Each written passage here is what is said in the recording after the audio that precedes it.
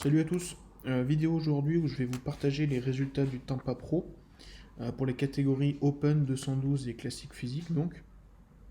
Je reviendrai la semaine prochaine sur ce show pour l'analyser un peu mieux avec plus d'informations possibles sur les participants notamment.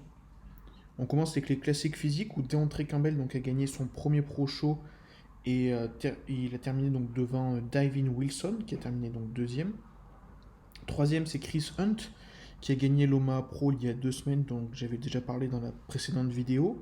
Quatrième, José Marthe, lui aussi donc il avait fait Omaha en finissant troisième à Omaha et donc quatrième à Tampa. Cinquième, Ronald Gallup, aussi cinquième à Omaha. Et enfin pour la sixième place, c'est Jason Theobald. En 212, donc sans surprise, mais peut-être pas aussi facilement que prévu, c'est George Brown qui a gagné la catégorie et en réussissant donc son passage de classique physique à 212. Deuxième, Bo Lewis, dont j'avais parlé dans les vidéos précédentes. Troisième, Derrick Oslan. Quatrième, Aaron Clark pour son retour. Cinquième, Kevin Johnson. Et sixième, Adam Young. Les autres classiques physiques qui sont passés donc en 212, ils n'ont pas réellement performé, avec Santi Aragorn 8ème et Jason Lowe 11ème.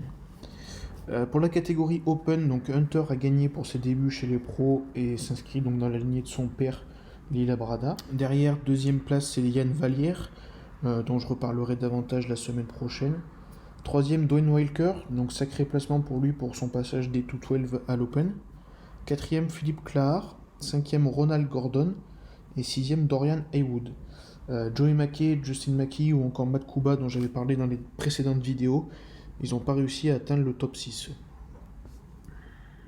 Je vais aussi partager quelques nouvelles de nos Français pros en Open et en classique physique notamment, dont on sait qu'ils vont concourir d'ici la fin 2020.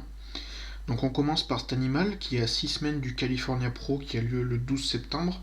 Pour rappel, Stan a pris une 10ème place en classique physique à Olympia. Il est passé en Open au San Marino Pro l'an dernier avec une 6ème place à la clé. De mémoire, c'est le premier athlète qui évolue ainsi de men's physique à classique physique puis open. En général, c'est soit les men's physique passant en classique physique, comme Arash ou Sadik, soit les 212 y passant en classique ou inversement dernièrement, comme on a pu voir. En tout cas, on peut voir que Stan, il a fait une bonne prise de masse avec de la qualité, je trouve.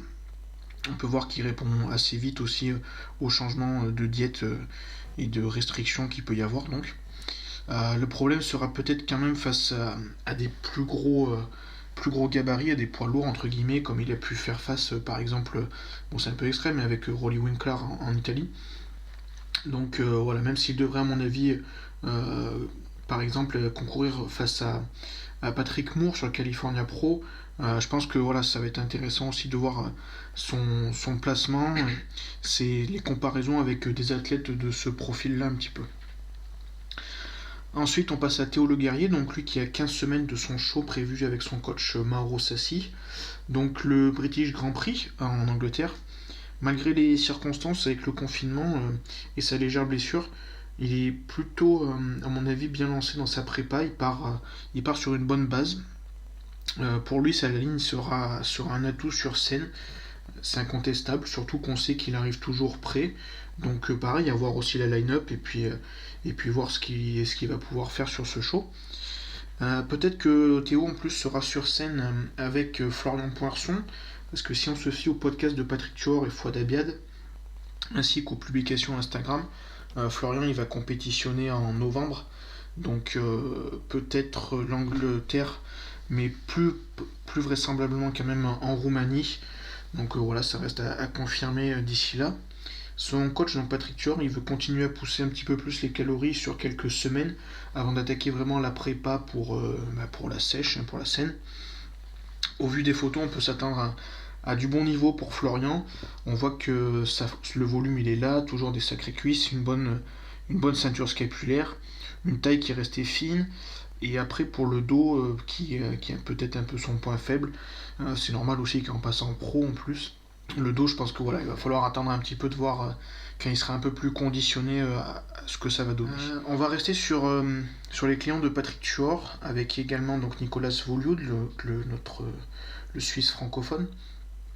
qui va lui faire la compétition en octobre en Espagne.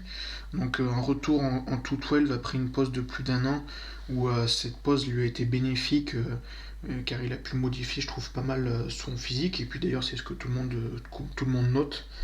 Donc voilà, c'est incroyable. En plus, la masse qu'il peut garder avec une ligne et une taille aussi fine. Et on voit que ses épaules, ses cuisses, ses bras et même son dos qui sont très épais. Les dorsaux ils tombent bas avec ces insertions des grands dorsaux.